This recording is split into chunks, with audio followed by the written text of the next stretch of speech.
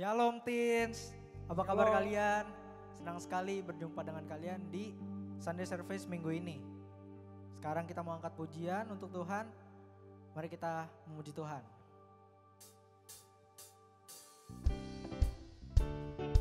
Sambil tepuk tangan ya teman-teman.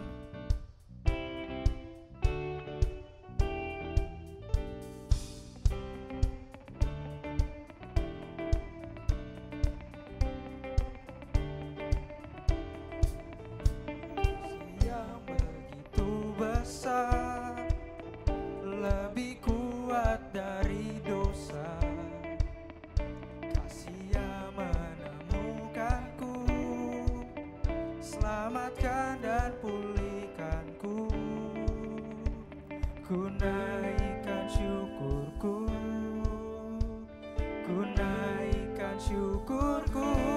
Ku tak akan berhenti memuji, meninggikan namamu selalu, menari, memuliakanmu.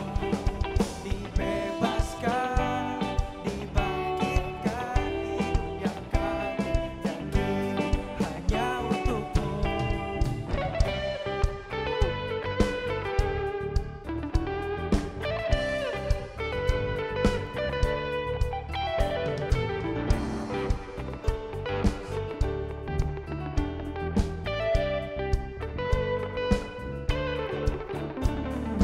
Yang begitu besar, lebih kuat dari dosa, kasih yang menemukanku, selamatkan dan pulihkanku. Ku naikkan syukurku, ku naikkan syukurku. Ku tak akan berhenti memuji, meninggikan namamu selalu, menari, memuliakanmu. Dibebaskan, dibangkitkan, hidup yang kau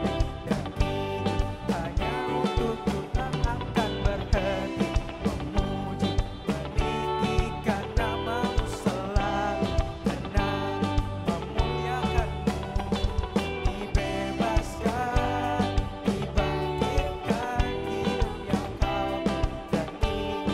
hanya untukku.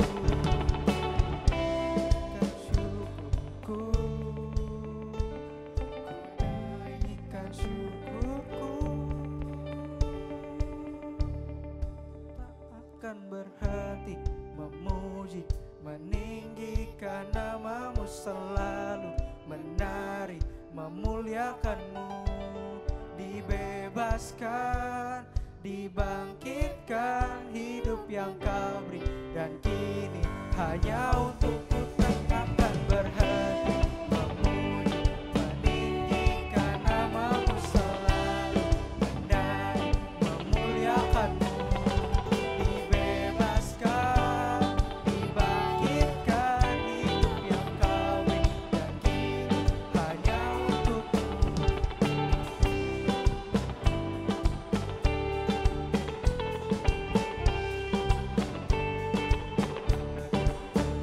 Kasih yang begitu besar, lebih kuat dari dosa, kasih yang menemukanku, selamatkan dan pulihkanku. Ku naikkan syukurku, ku naikkan syukurku. Ku tak akan berhenti memuji, meninggikan namamu selalu, menari, memuliakanmu. Dibebaskan, dibangkitkan, hidup yang kau beri dan kini hanya untukmu. Bebaskan, dibangkitkan, hidup yang kau beri dan kini hanya untukmu. Hidup yang kau beri dan kini hanya untukmu.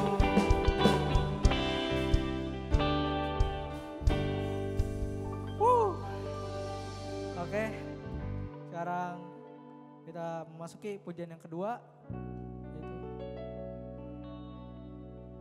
tak tertandingi. Amin.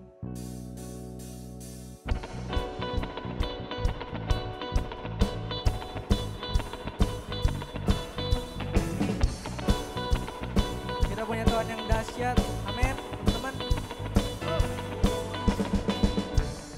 Siapa kau bandingkan perbuatannya yang heran?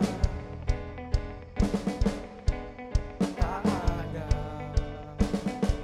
kerajaannya yang terbesar tak akan tergoyahkan. Semua musuh pun gemetar mendengar namamu Tuhan, sorak kemenangan.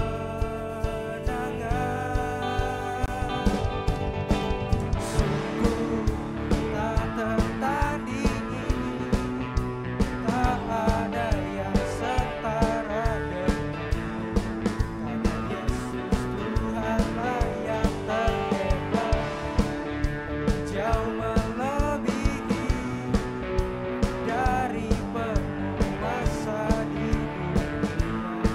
Kerajaanmu kekal. Sungguh tak tertandingi, tak ada yang setara denganmu, karena Yesus Tuhanlah yang terhebat, jauh melebihi dari penguasa di dunia. Kerajaanmu kekal.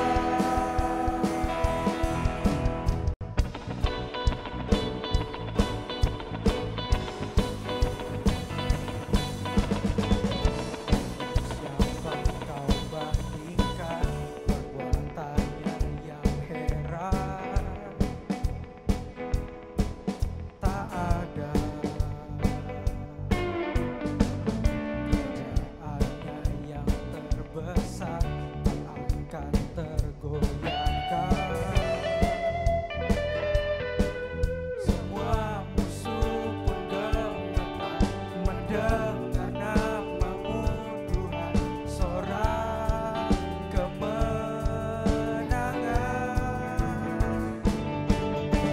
Sungguh tak tertandingi, tak ada yang setara denganmu, karena Yesus Tuhanlah yang terhebat, jauh melebihi dari penguasa di dunia. Kerajaanmu kekal. Tak tertandingi, tak ada yang setara denganmu, karena Yesus Tuhanlah yang terhebat, jauh melebihi dari penguasa di dunia. Kerajaanmu kekal.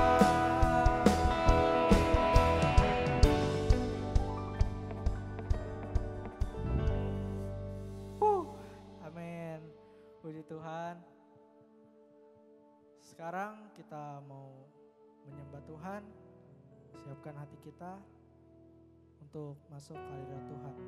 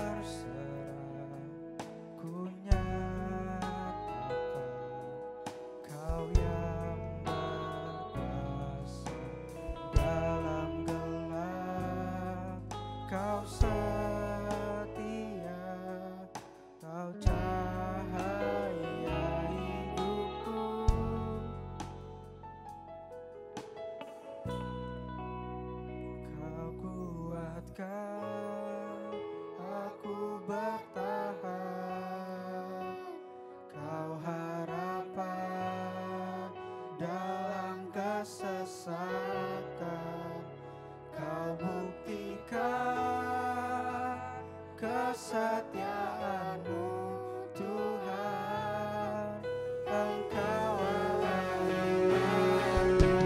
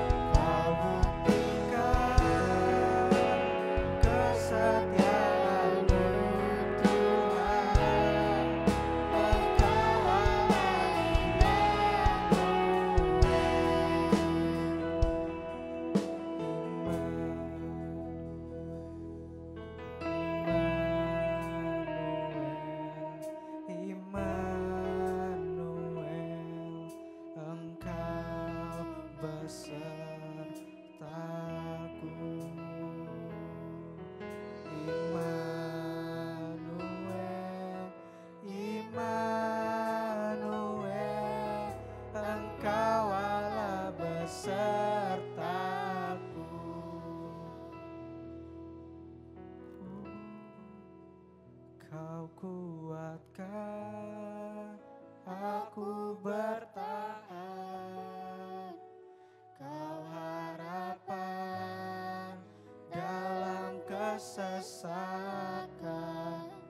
Kau buktikan kesetiaan-Mu Tuhan, Engkau Allah Immanuel. Kau kuatkan aku bertahan, Kau harapan dalam kesesakan, Kau buktikan kesetiaan-Mu Tuhan, Engkau Allah Immanuel.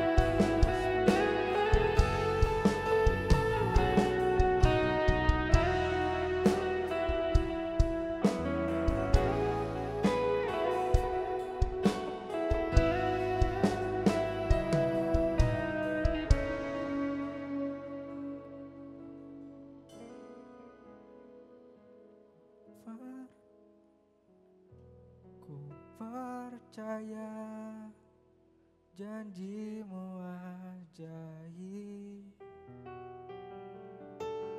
dalam kehidupanku.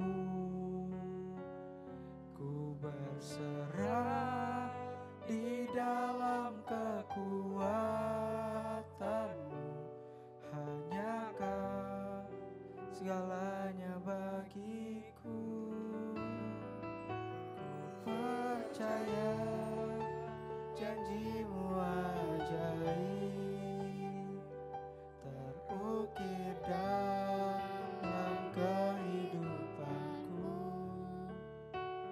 Ku berserah di dalam kekuatan-Mu. Ku percaya.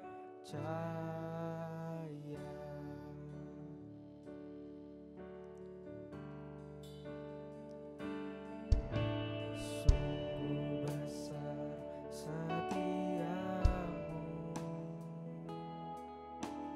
Kau nyatakan bagiku. Kau Bapa yang selalu mengerti isi hatiku. Kemuliaan-Mu Kau janjikan, aku tetap percaya. Ku percaya janji-Mu ajaib terukir dalam kehidupanku. Ku berserah di dalam kekuatan-Mu, hanya Kau segalanya bagiku. Ku percaya janji-Mu ajaib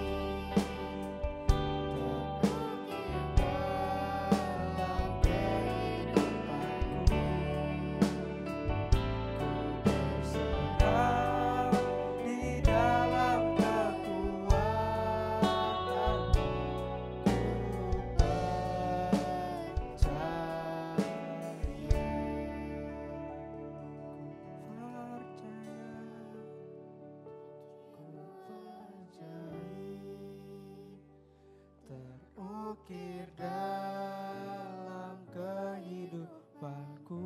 Ku berserah di dalam kekuatan-Mu. Ku terukir dalam kehidupanku. Ku berserah di dalam kekuatan-Mu, hanya Kau segalanya bagiku. Ku percaya janji-Mu ajaib terukir dalam kehidupanku.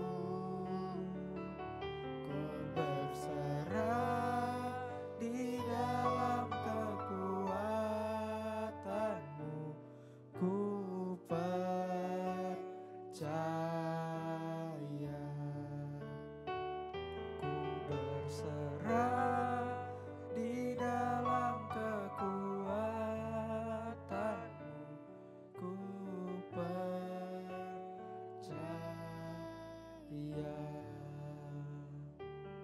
Berserah di dalam kekuatan-Mu. Ku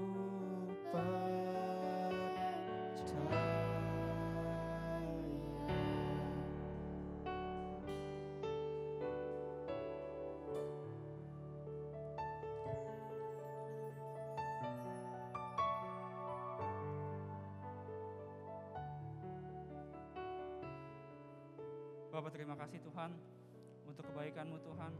Hari ini Tuhan kami masih boleh menyembah-Mu Tuhan. Kami masih boleh memuji-Mu Tuhan. Kami percaya Tuhan ini bukan hal-hal kebetulan ya Tuhan. Terima kasih Tuhan. Kami rindu Tuhan unity bersama dengan Engkau Tuhan. Kami rindu Tuhan menyembah-Mu Tuhan. Kalau sebentar Tuhan, kami mau mendengarkan sebagian dari isi hati-Mu ya Bapa. Biar kiranya Tuhan Kau yang lembutkan setiap hati kami Tuhan, Kau yang berikan kami hati yang lembut Tuhan, urapi hamba-Mu Tuhan untuk menyampaikan firman-Mu Tuhan. Di dalam nama Yesus kami sudah berdoa dan bersyukur, haleluya, amin.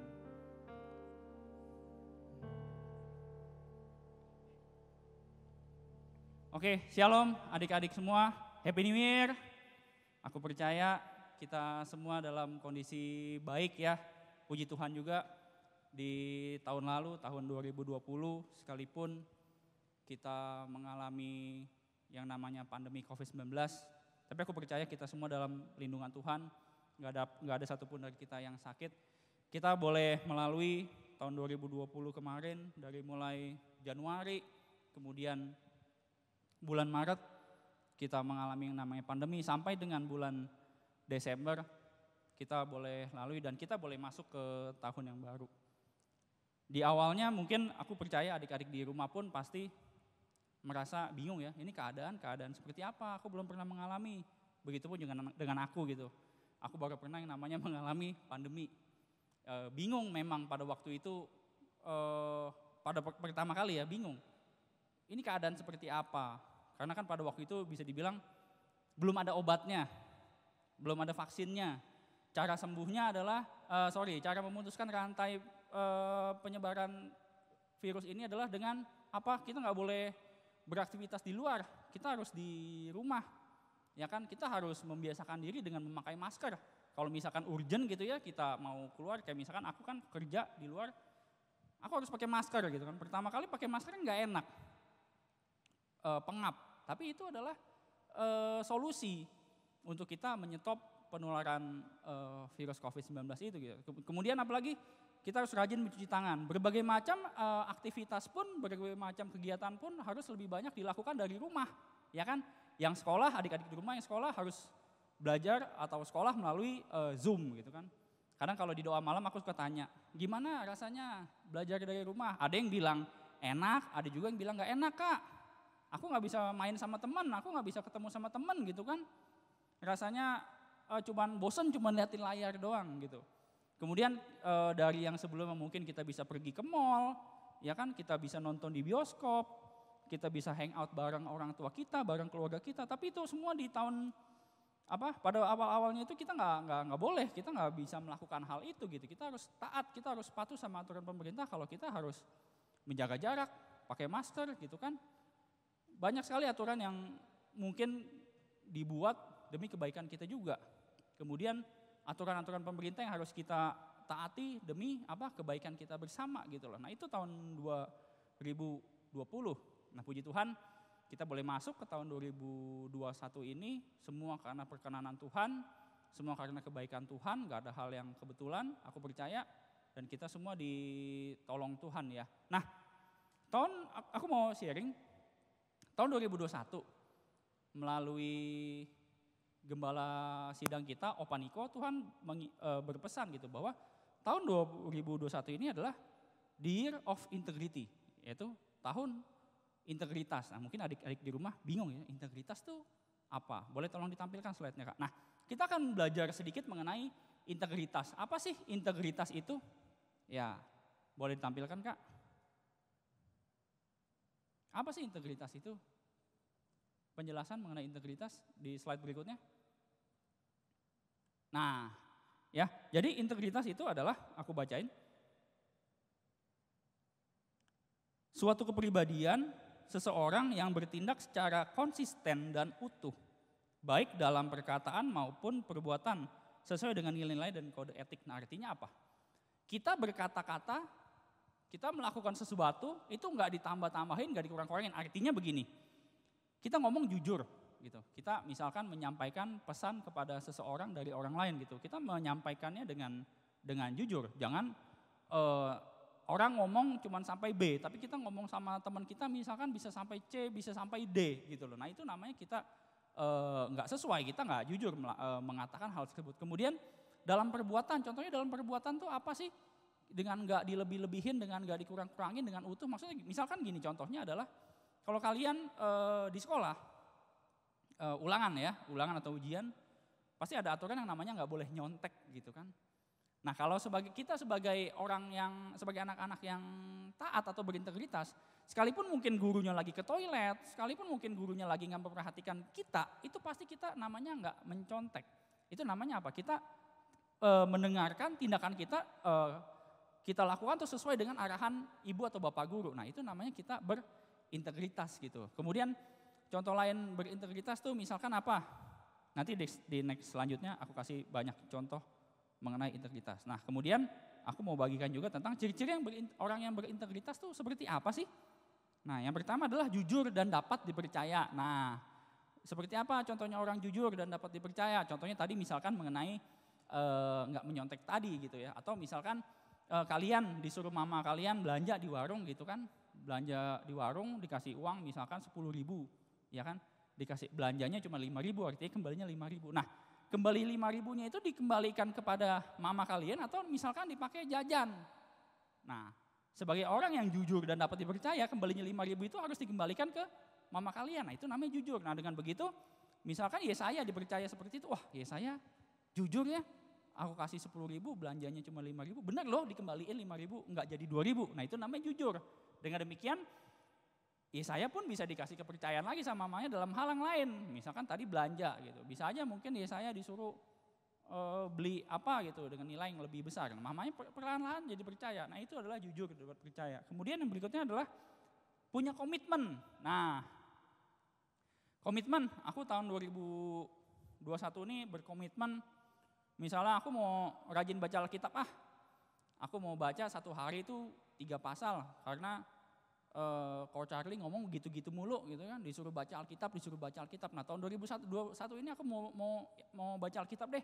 Aku nggak mau tunggu diomelin dulu baru aku baca. Nah itu ucapan gitu. Lantas tindakannya apa? Gitu. Benar-benar dilakukan. Satu hari 3 pasal. Jangan, aduh hari ini kayaknya lagi males deh, cicil aja deh. Hari ini 1 pasal. Atau mungkin hari ini aduh lagi males deh, udah nggak usah. Besok-besok juga masih bisa kok baca Alkitab. Nah itu namanya nggak berkomitmen. Padahal komitmen itu tadi nggak disuruh, tapi dia pengen melakukan sesuatu yang berbeda, melakukan sesuatu yang baru di tahun ini aku mau lakukan apa? Nah, misalnya baca Alkitab tadi, kalau dilakukan, ya itu namanya komitmen. Kalau nggak dilakukan, namanya nggak berkomitmen. Kemudian poin berikutnya adalah tentang tanggung jawab. Misalkan teman-teman yang pelayanan gitu kan dikasih tanggung jawab, misalkan sebagai WL gitu, tanggung jawabnya WL sebagai seperti apa? Latihan kah? Menyiapkan lagu kah? Gitu segala macam. Jadinya ketika naik di atas panggung udah siap gitu bisa membawakan pujian untuk memimpin teman-teman di rumah menyembah Tuhan tuh dengan baik gitu ya, dengan penuh semangat, dengan penuh ketertarikan yang luar biasa mau menyembah Tuhan gitu. Namanya bertanggung jawab. Jangan kalau dikasih tugas mau jadi WLK atau misalkan menjadi singer atau tugas-tugas yang lainnya dilakukannya tuh dengan setengah-setengah gitu ya. Dilakukannya tuh dengan terpaksa, otomatis hasilnya pun jadi nggak baik gitu. Kemudian berikutnya adalah menepati ucapan. Ya, misalkan kita berjanji sama teman kita gitu ya, nanti kita belajar kelompok yuk di Zoom. Misalkan jam 1 siang ya, habis makan siang kita belajar kelompok yuk. Nah itu ditepati. Jangan janjinya udah jam 1, teman-temannya udah nungguin, datangnya jam 5. Nah itu namanya orang yang nggak tepat janji, orang yang betul, orang teman-temannya udah nungguin nih lama, dari 2 jam, 3 jam, 4 jam nggak muncul-muncul juga, nggak taunya ketiduran baru bisa online jam 7 malam gitu. Kasihan yang lainnya nungguin. Nah itu namanya nggak menepati janji. Setia. Kemudian yang berikutnya adalah setia. Setia tuh seperti apa sih? Setia adalah melakukan sesuatu tuh secara konsisten gitu loh. Sekalipun mungkin kita lihat, aduh aku kerjaannya tuh cuma jadi kameramen doang ya. Kok rasanya tuh aku mau deh jadi singer di depan. Bisa mimpin pujian apa segala macam. No, setiap orang punya atau mendapatkan kepercayaan tuh yang berbeda-beda. Sekalipun mungkin pelayanannya jadi kameraman. Kayak aku dulu pertama kali pelayananku adalah nyusunin bangku gitu. Sempat berjalan dulu kan ibadah di ruang teens gitu kan. Kalau datang pagi-pagi itu belum ada bangkunya gitu. Nah itu tuh aku siapin, itu nggak ada yang suruh waktu itu. Jadi pelayanannya mau apa, udah nyusunin bangku aja. Tapi aku nggak disuruh juga pun nggak terpaksa, jadi dengan sukarela udah lakukan aja hal-hal kecil gitu. Susunin bangku kan sekitar 10 sampai 20 atau 30 bangku waktu itu aku lupa deh. Setiap minggu aku konsisten lakukan itu gitu. Nggak apa-apa. Mungkin orang nggak puji, mungkin orang nggak ngelihat itu, tapi ya nggak apa-apa deh, namanya juga pelayanan kan. Yang penting nanti anak-anak bisa duduk. Nah gitu. Jadi sekecil apapun kepercayaan yang dikasih ke kita lakukan dengan setia. Salah satunya dengan setia, kita lakukan yang terbaik yang bisa kita lakukan. Terus adalah menghargai waktu, ya kan? Kita semua punya waktu yang sama. 24 jam, nggak bisa lebih 1 menit, nggak bisa lebih 1 detik. Semua punya waktu yang sama. Siapa di sini di rumah yang sangat menghargai waktu? Kalau mungkin kita yang kerja ya, mungkin waktu tuh terasanya kurang mulu setiap hari. Kok rasanya baru mulai kerja jam 8:30 kok tiba-tiba nggak berasa, tiba-tiba udah jam 4, udah mau habis waktu sampai 4:30 doang. Nah, siapa di sini di rumah yang kalau punya waktu banyak, aduh masih. Apalagi lagi sekarang kan lagi masa liburan, mungkin sekolah juga libur kan. Aduh, masih pagi mandinya ntar lagi. Biasanya mandi mungkin jam 7, jam 8, ntar aja deh. Mandinya jam 1 siang toh nggak kemana-mana juga. Atau nanti deh bantu mamanya, ntar aja toh aku nggak kemana-mana juga, bisa bantuin mama. Nah itu namanya nggak menghargai waktu. Waktu yang ada, yang tadinya bisa efektif digunakan, tetapi ini malah nggak digunakan dengan baik gitu loh, malah buang-buang waktu, ngulur-ngulur waktu, sampai akhirnya waktu udah tiba-tiba jam makan malam, tiba-tiba udah harus tidur malam, waktunya lewat begitu aja tanpa kita melakukan sesuatu yang berarti atau berguna bagi orang lain ataupun bagi diri kita sendiri. Nah, poin yang terakhir adalah memiliki prinsip gitu. Artinya memiliki prinsip adalah gini, misalkan di sekolah, apalagi sekarang kan sekolahnya online ya, misalkan lagi ujian apa segala macam itu kan nggak ketahuan kan kalau kita mau nyontek kah atau enggak. Tapi kalau misalkan orang yang berprinsip, sekalipun gurunya nggak lihat kan, gurunya nggak mungkin perhatiin tuh layar Zoom satu-satu kan. Tapi kalau dia punya prinsip, aku nggak mau nyontek, aku mau mengerjakan ini benar-benar, aku mau hasil usaha belajarku kemarin. Aku mau mendapatkan nilai yang baik pun juga hasil dari aku belajar gitu. Nah itu namanya orang yang punya prinsip, dia nggak akan goyah meskipun teman-temannya, tadi ujian nyontek gak? Gue nyontek loh, lu nyontek gak? Enggak, apa ya? Orang gurunya nggak ngelihat ini, nah enggak. Orang yang berprinsip tuh nggak mungkin goyah gitu, nggak mau. Pokoknya aku mendapatkan nilai itu sesuai dengan kemampuanku. Nah itu namanya orang yang berprinsip. Next slide berikutnya. Berikutnya lagi. Nah kita akan belajar satu sikap, ya kan? Satu sikap integritas dari siapa? Dari Tuhan Yesus. Nah ini ayatnya ada di Yohanes 2 ayat 13 sampai 25. Judul perikopnya adalah Yesus menyucikan bait Allah. Nah mungkin adik-adik di rumah ada yang ingat kisah ini gitu kan. Jadi suatu ketika Tuhan Yesus tuh lagi mau datang ke bait Allah, lagi mau mungkin ibadah. Tuhan Yesus melihat gitu loh. Tempat bait Allah kan sesungguhnya adalah tempat untuk orang ibadah gitu kan. Tapi begitu Tuhan Yesus jalan lagi mau mendekat, lagi mau masuk, lah kok ini bait Allah jadi tempat orang dagang, ada yang jualan, mungkin jualan lembu, jualan domba, jualan burung, jualan macam-macam lah, kayak pasar gitu lah. Nah, Tuhan Yesus ngeliatin kok ini aneh ya, bait Allah tadinya buat orang ibadah, tapi kenapa malah untuk orang dagang? Nah, Tuhan Yesus di situ marah gitu kan, karena dia melihat sesuatu yang nggak sesuai terjadi pada tempatnya gitu, tempat ibadah malah tempat dagang. Dia marah, dia nggak mau gitu tempat ibadah dipakai buat dagang gitu loh. Nah dia Tuhan Yesus marah kan, segala macam dagangannya ditebalikin apa, dia marah, dia nggak mau melakukan itu. Nah seberapa banyak kita nih dalam kehidupan sehari-hari melihat ya, misalkan kayak tadi contoh perkara nyontek deh. Kita ngelihat misalkan teman kita nyontek, atau mungkin kita ngelihat teman kita ngebully orang lain, apa yang kita lakukan? Apakah kita diemin, ya kan? Apakah kita malah, kayaknya ngebully asik juga dah, gue ikut aja deh ngebully, seru gitu kan? Misalkan satu yang ngebully 10 gitu, rasanya seru, bully aja gitu. Nah, apa yang kita lakukan gitu? Mungkin ada yang bilang, aku takut orangnya banyak, nanti aku kalau dia lagi ngebully, aku tegur, aku digebukin malah. Ya nggak apa-apa takut gitu. Tapi kan ada yang bisa kita lakukan apa? Ya mungkin kita bisa bilangin Bu Guru, Bu, itu saya lihat ada teman saya dibully Bu. Pak, saya lihat teman saya dibully Pak. Nah kita bisa lapor kepada orang yang mungkin lebih dewasa atau lebih punya otoritas gitu loh.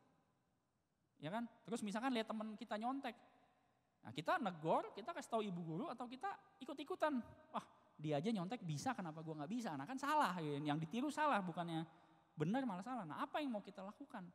Kalau takut lagi, ya laporin lagi aja. Hal yang sederhana kan, artinya apa? Kita nggak tutup mata atau kita nggak cuek terhadap hal yang salah gitu loh. Minimal kita nggak ikut-ikutan gitu. Misalkan kita lihat di mobil gitu ya.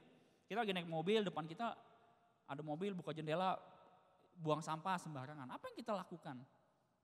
Ah dia aja boleh kok buang sampah di jalanan, kenapa aku nggak boleh? Susahnya apa sih naruh sampah misalkan sebentar aja di pinggiran pintu gitu, ntar pas keluar baru ditaruh. Nah itu namanya kita punya integritas. Kayak Tuhan Yesus ngeliat hal yang salah, ya dia tegur. Lihat hal yang salah, dia kasih tahu ini salah. Gitu. Sekalipun mungkin konsekuensinya pada waktu itu Tuhan Yesus dibenci ya. Nah kita nggak apa-apa.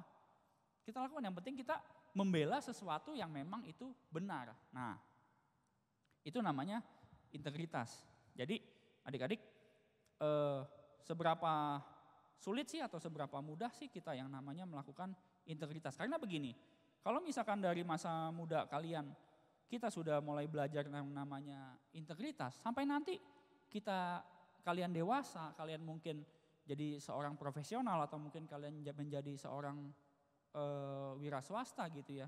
Kita tuh nggak gampang untuk yang namanya tuh digoda orang ya. Kalau misalkan kita ngelihat di TV-TV kan, di berita-berita ada yang misalkan kasus korupsi atau apa segala macam, itu karena kenapa? Dia nggak ada integritas. Tapi kalau dari kecil, dari masa muda kalian kita belajar yang namanya integritas, kita mengerti tuh, oh ini nggak boleh, ini curang. Kita nggak boleh berbohong, kita nggak boleh berkata dusta apa segala macam. Karena di satu ayat yang terakhir, ada di Amsal 12 ayat 22, berkata seperti ini. Nah, orang yang dusta bibirnya adalah kekejian bagi Tuhan. Tetapi orang yang berlaku setia dikenannya. Artinya apa? Jangan menganggap sepele hal-hal bohong. Ada yang bilang berbohong untuk kebaikan, itu jangan. Itu malahan hal yang pernyataan yang bohong gitu. Namanya bohong di sini udah dibilang kan di Amsal, itu adalah kekejian di hadapan Tuhan, kekejian bagi Tuhan gitu. Kita jangan sepelekan perkara bohong nggak apa-apa lah dikit-dikit doang gitu kan. Aku berbohong untuk hal yang baik, aku berbohong untuk hal yang kecil. Enggak. Jangan mau dibohongi dengan pendapat-pendapat seperti itu. Sekalinya dosa ya dosa. Tetapi orang yang berlaku setia dikenannya. Setia akan apa? Setia akan perintah Tuhan. Setia akan setiap aturan yang udah dibuat. Misalkan di sekolah peraturannya gimana, di rumah ada aturan dari orang tua gimana. Itu kita lakukan dengan setia. Otomatis Tuhan akan melihat apa yang kita lakukan tuh benar-benar memuliakan Tuhan gitu. Sekalipun perkaranya mungkin itu kecil, tetapi kita lakukan hal itu dengan setia, lama-lama Tuhan akan percayakan perkara yang lebih besar. Nah adik-adik, sebagai penutup aku mau sedikit mengasih kesimpulan ya. Bulan Desember lalu kita baru merayakan Natal, ya kan? Natal biasa identik dengan apa sih? Kado dan sebagainya macam. Tapi ada satu pesan Tuhan yang mau aku sampaikan adalah gini. Tuhan Yesus datang ke dunia tuh untuk menjadi penyelamat bagi kita, untuk menyelamatkan kita. Seorang savior gitu, sang savior gitu, menyelamatkan kita dari dosa. Nah, artinya ketika Tuhan Yesus lahir, ketika Tuhan Yesus datang ke dunia untuk menebus kita, bukan berarti kita bisa bebas untuk apa? Untuk berbuat dosa atau bermain-main dengan dosa gitu. Kan Tuhan Yesus datang ke dunia untuk menebus dosaku, berarti aku bebas? No. Tuhan Yesus datang ke dunia itu ada suatu hal yang sangat luar biasa sekali bagi kita orang percaya. Setiap Natal tanggal 25 Desember kita selalu mengingat, wah Tuhan Yesus mau ya lahir ke dunia. Tuhan Yesus datang ke dunia menebus kita, bukannya kita malah enak-enakan kebiasaan dengan dosa-dosa kita. Enggak, tapi kita harus berubah. Tuhan Yesus datang ke dunia menyelamatkan kita untuk supaya apa? Kita punya kesempatan. Kesempatan apa? Kesempatan untuk kita bisa belajar, kita bisa berubah menjadi karakter atau orang yang lebih baik. Kalau mungkin di tahun 2020, wah mungkin aku masih suka membantah orang tua. Wah tahun 2021 aku mau lebih baik lagi. Aku mau taat sama orang tua, aku gak mau bikin orang tua aku sedih. Nah itu namanya komitmen untuk menjadi lebih baik. Nah di balik semuanya itu aku mau berpesan adalah mari kita sama-sama menjadi pribadi yang lebih baik. Kita masuk ke tahun 2021 semua karena perkenanan Tuhan, semua karena kebaikan Tuhan. Jadi jangan anggap itu hal yang sepele, ini kan udah harus terjadi. Enggak. gitu, sama sekali enggak. Semua karena kebaikan Tuhan kita masuk ke tahun yang baru, kita punya harapan yang baru, kita punya mungkin resolusi yang lebih baik, lebih baru. Demi apa? Demi kebaikan kita untuk memuliakan Tuhan. Nah, itu aja pesan Tuhan yang aku bagikan hari ini. Mari kita berdoa. Bapa dalam surga, terima kasih Tuhan untuk kebaikan-Mu Tuhan. Kalau hari ini Tuhan, kami belajar sedikit Tuhan tentang integritas. Mungkin kami nggak ngerti integritas itu seperti apa Tuhan. Tapi biarlah Tuhan melalui sharing firman hari ini Tuhan, kami boleh belajar dari masa muda kami Tuhan, dari masa kami yang masih benar-benar muda ini Tuhan.